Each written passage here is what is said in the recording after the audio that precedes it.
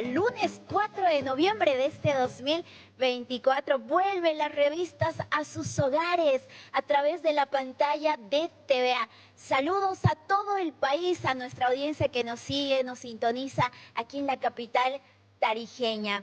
Níbar, querido compañero, iniciamos la mañana de 7 a 10. Estará nuestra revista compartiendo mucha información con toda la audiencia. Los saludo, Níbar, muy buenos días.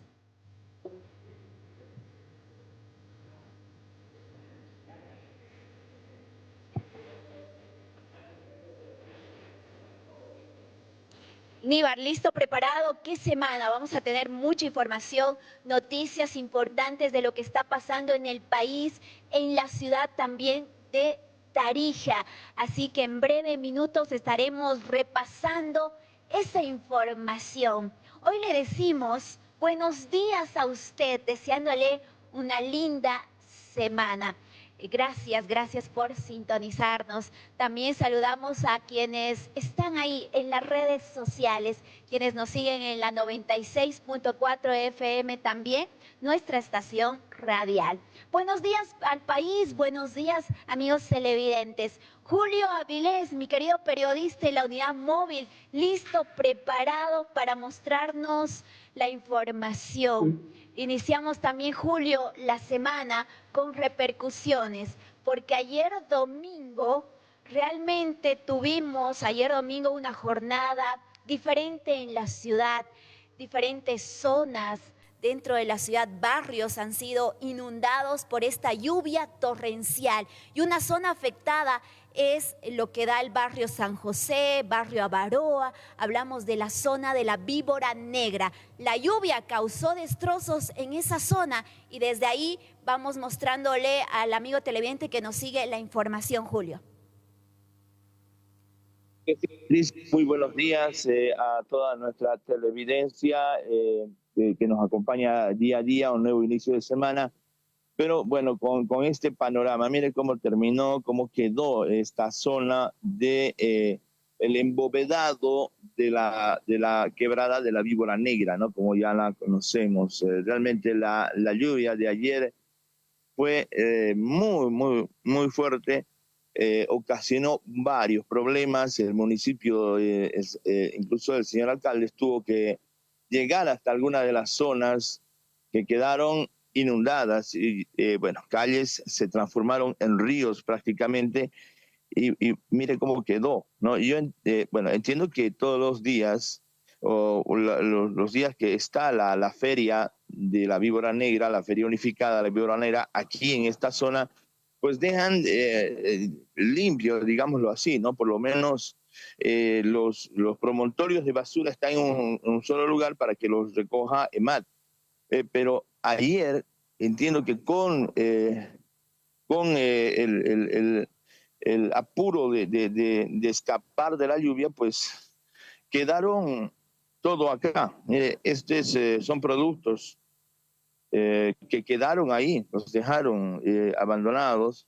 Y por supuesto la cantidad de cajas, de cartón, cajones, envases, quedó todo botado acá porque, entiendo que la gente estaba más en el afán de escapar de la lluvia, de guarecerse en algún lugar y, ya no les dio tiempo, si vale el término, a recoger todo esto, pero bueno, así quedó este lugar con este panorama bastante complicado, ¿no? Que es la Víbora Negra.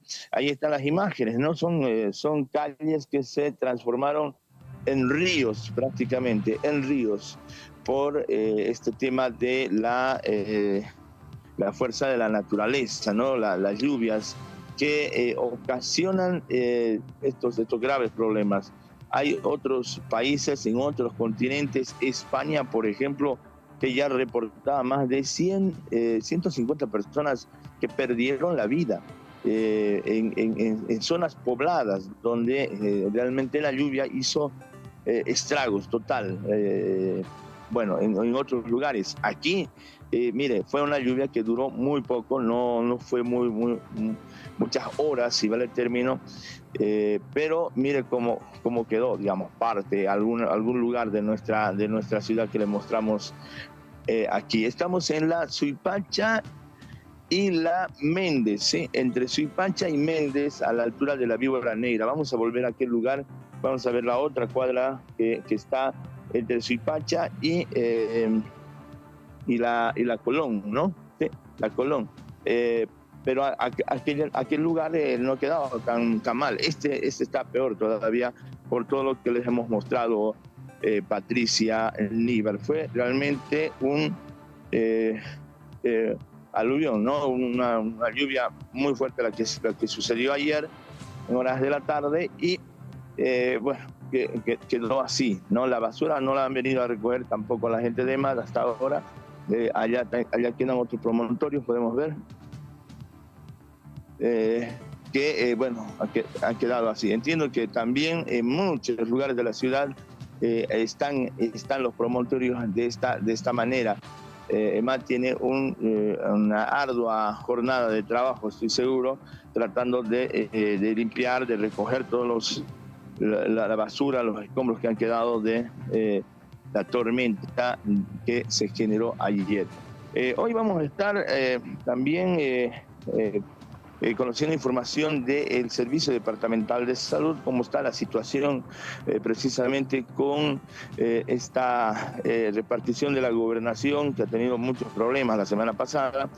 Y vamos a estar también con información del CEGIP, ¿no? Que continúa con las jornadas de carnetización, de cedulación, se dice, que se hace en nuestra Tarija. Ese es un poco el tema de esta jornada, y por supuesto una semana que se viene con muchos problemas por el tema nacional, el bloqueo, la falta de los carburantes, que ya es prácticamente el pan de todos los días, ¿no? Así que con este panorama volvemos con ustedes, compañeros.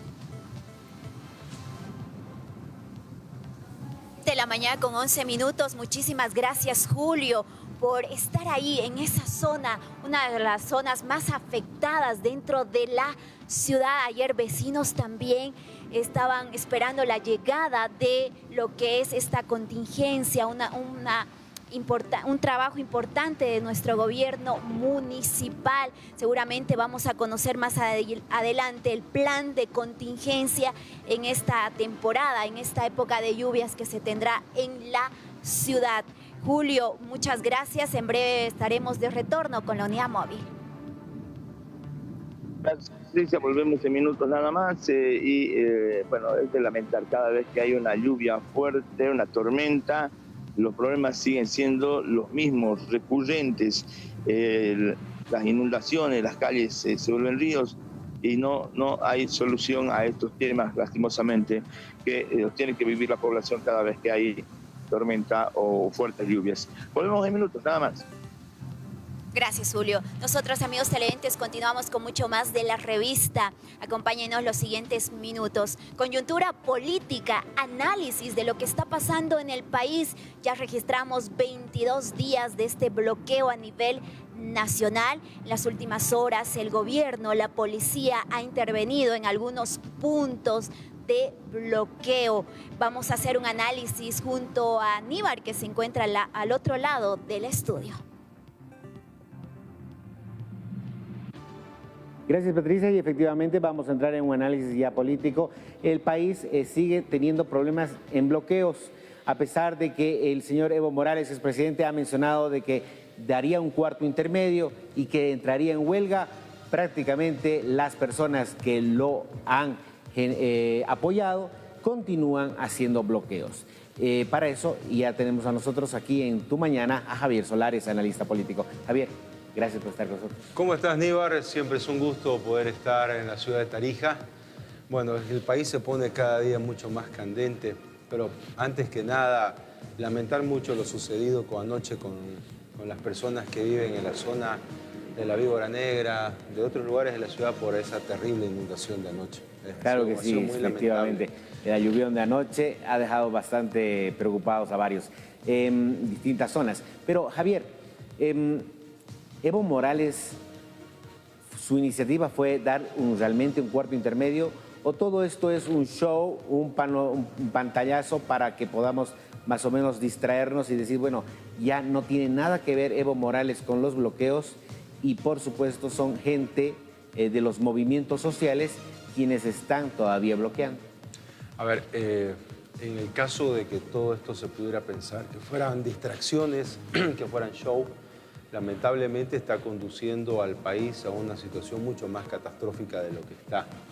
Prácticamente este hecho de llevar adelante bloqueos, amenazas, chantajes, jugar justamente con la inacción, jugar con la falta de decisión que tiene el gobierno también para frenar este tipo de actos que ya se han convertido en actos terroristas en realidad, está denotando al final de cuentas, más allá de que no haya institucionalidad, de que los problemas del país no están siendo atendidos de la manera adecuada. Problemas que son graves, problemas que son estructurales en realidad, desde el punto de vista económico, político y social. Económicos porque tenemos un modelo en sí que ha fracasado, que al final no ha conducido al país a mejores días. Al final de cuentas fue un modelo que solamente permitió la acumulación de la riqueza en función a precios internacionales, pero sobre todo basado en el despilfarro que ha tenido justamente la clase política. Social porque al final de cuentas el Estado plurinacional no les resolvió los problemas a las personas y al final las terminó polarizando y dividiendo entre Oriente y Occidente y sobre todo denotando una clase social o una clase indígena por encima de otras que tienen más derechos. Y lo último, lamentablemente, en la parte política, el movimiento al socialismo en su afán de poder, en su afán justamente de generar un copamiento de todo lo que es, no solamente lo institucional, sino también un copamiento de toda la agenda política ha ido en detrimento del sistema democrático, sobre todo de los partidos políticos y la persecución que ha sido parte de ello. Entonces, estamos en una situación bastante crítica, Aníbal, en el cual el país tiene que, bueno, nosotros los bolivianos al final vamos a tener que vivir una situación que no la hemos pedido, una situación en la cual nos vamos a tener que enfrentar, una situación en la cual nuestra economía no va a ser saldada. Y por otro lado, estamos dentro de un país que vive en una constante anomia.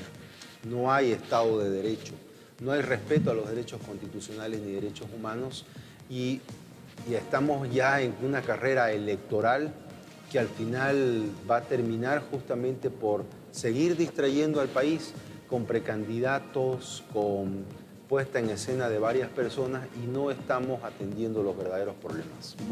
Javier, entre 22 días de bloqueo y por supuesto un llamamiento al diálogo. ¿Quién convoca al diálogo? Evo Morales. Y no dice uno, dice dos diálogos, ¿no?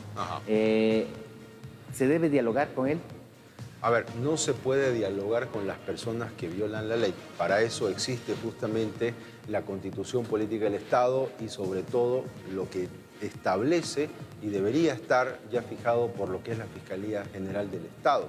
Para eso tenemos un fiscal que debería ya imputar justamente por oficio contra delitos contra el Estado boliviano, sobre todo por el hecho de la subversión y el terrorismo que se ha estado dando en estos días y por la violación a los derechos.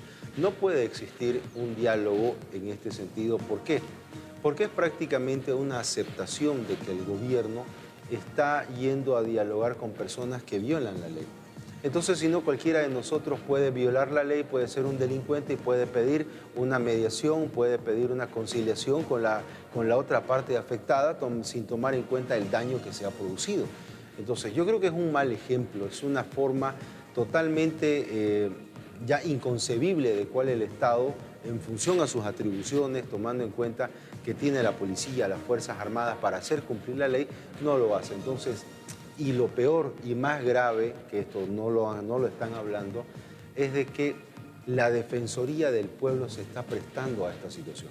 Es decir, el defensor del pueblo sale a decir que convoca al diálogo.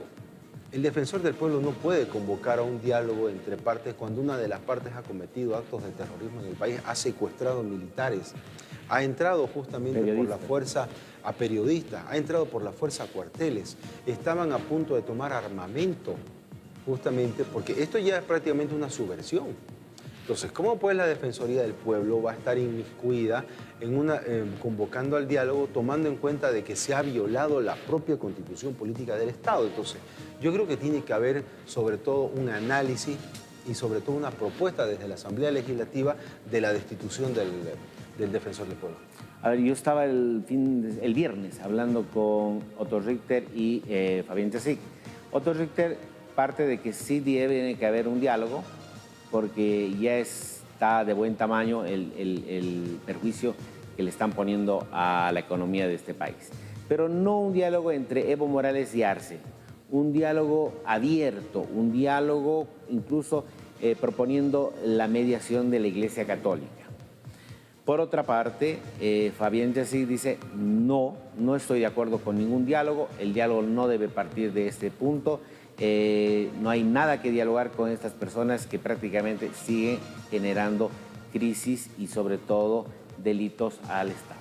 Lo que pasa es que no puede haber un diálogo porque está en medio de, primero en un escenario de violencia, de radicalidad, y no puede haber tampoco diálogo con estas personas que durante el transcurso de estos años han venido haciendo de la zona del Chapare un escenario, un lugar prácticamente impenetrable para el Estado, donde conviven cárteles de narcotráfico, mafias, conviven grupos delincuenciales que obviamente se dedican a la extorsión, se dedican al secuestro de personas y claro, al final de cuentas está tomado por grupos justamente que no consideran a Bolivia como su Estado. Es decir, si se entra al diálogo, vamos a correr el riesgo prácticamente de convertir esta zona del Chapare a lo menos con una zona de guerrilla. Porque prácticamente ellos no respetan las leyes bolivianas. Y entonces, ¿qué vamos a hacer?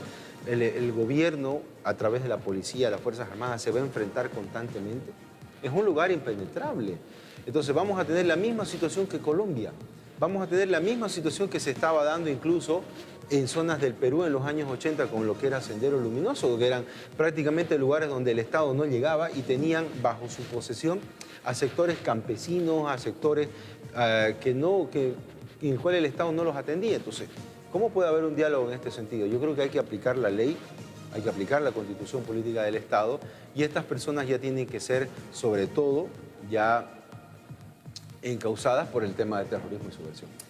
Javier, para ir concretizando esto, frases que han surgido a partir de esta controversia entre estos movimientos sociales afines a Evo Morales, el mismo Evo Morales y, por supuesto, el gobierno. Estado de excepción en Cochabamba, sí, no, ¿por qué? En el caso, por ejemplo, de una situación en que si lo tocan, lo aprenden, sale una orden de aprehensión contra Evo Morales, así lo dijo el parlamentario, el diputado Leonardo Loza, inmediatamente se va a hacer un bloqueo a nivel nacional, amenaza por lo tanto. Claro, es una amenaza. ¿Cuál es el fin? ¿Cuál es, hacia dónde se dirige la imagen de Evo Morales en un análisis un poco futurista, por decirlo así, de aquí a corto plazo? A ver, Evo Morales prácticamente está en una situación, en una encrucijada. O toma un camino que pueda por lo menos generarle un margen de cintura política, sobre todo con el tema del diálogo, buscando un acercamiento con otras instituciones que le permita oxigenarse y sobre todo tener más cancha más adelante para seguir haciendo política, para seguir siendo un centro mediático, o por último, termina justamente por enfrentarse. Pero es muy difícil el enfrentamiento porque el gobierno no quiere, por un lado, sobre todo el presidente, no quiere cargar en sus hombros el tema de algún muerto en este sentido, cuando ya han habido muchos en este gobierno. Yo creo que el movimiento al socialismo, al final de cuentas, va a terminar pagando un precio muy alto, pero el tema de Evo Morales, sobre todo, si sigue utilizando a sus grupos violentos, lo único que va a causar es, en primer lugar, que el propio movimiento al socialismo siga siendo una implosión, su propia imagen vaya a ser mucho más defenestrada, no solamente a nivel nacional, sino también a nivel internacional. Esto le puede costar muy caro. Y por último, esta situación de enfrentamiento interno del MAS tendría que fortalecer a la oposición. La oposición tendría que unirse en este caso, buscar, si es que hubiera la posibilidad, y ver de que este es un escenario primordial y sobre todo un escenario que no se va a volver a repetir en otras situaciones. Es decir, por eso digo, hay muchos precandidatos, pero hay pocas propuestas, hay pocas ideas de generar unidad. Si no se actúa en función a lo que se está viviendo en este momento y viendo que la oportunidad es única, pues prácticamente esta situación o no va a cambiar o prácticamente le vamos a dejar nuevamente al movimiento del socialismo que esté presente en una segunda vuelta electoral con parlamentarios, con senadores. Entonces, yo creo que de aquí en adelante el MAS se juega el todo por el todo a lo mismo que el gobierno de Luis Arce. Javier Solares, analista político, que está con nosotros aquí en Tu Mañana. Muchísimas gracias. Gracias, Díbar. Tengan una excelente semana para todos. Gracias. Vamos al otro lado con Patricia Alarcón. Y nosotros continuamos con mucho más, iniciando la semana. Hay muchas repercusiones, 22 días de bloqueos en diferentes zonas, especialmente en Cochabamba. Y esto ha provocado un perjuicio a la ciudadanía, varias flotas, camiones, el transporte varado, pero la población en sí también preocupada por la escasez de los productos o la suba de los productos, de los alimentos en la canasta familiar, esto a nivel nacional. Y el gobierno ha anunciado la intervención, por supuesto, de la policía. En las últimas horas, el coronel Ángel Morales, quien es nuestro comandante departamental de la policía aquí en Tarija, ha informado el despliegue de varios efectivos policiales rumbo a Cochabamba para coadyuvar a ese trabajo del desbloqueo de las carreteras. Aquí el informe y el reportaje preparado por nuestro periodista Rudy Ordóñez. Este pasado domingo 3 de noviembre llegó al departamento de Tarija una disposición de efectivos policiales deberán ser enviados al departamento de Cochabamba. Esta movilización busca reforzar los operativos de desbloqueo en la región, donde persisten los conflictos y ya se han registrado la baja de algunos funcionarios debido a la resistencia de los habitantes que se niegan a cesar con las movilizaciones. Nos encontramos acá en el comando y por disposiciones superiores estamos dislocando personal policial del departamento de Tarija, de acuerdo a las instrucciones que tenemos para apoyar todo este trabajo que se está realizando en los puntos de bloqueo que están generando una serie de conflictos, perjuicio para la sociedad, perjuicio para las personas, para los habitantes de diferentes poblaciones. Numerosos policías se dirigieron al comando departamental para realizar una formación antes de partir. Algunos de ellos aprovecharon el momento para despedirse de sus familiares.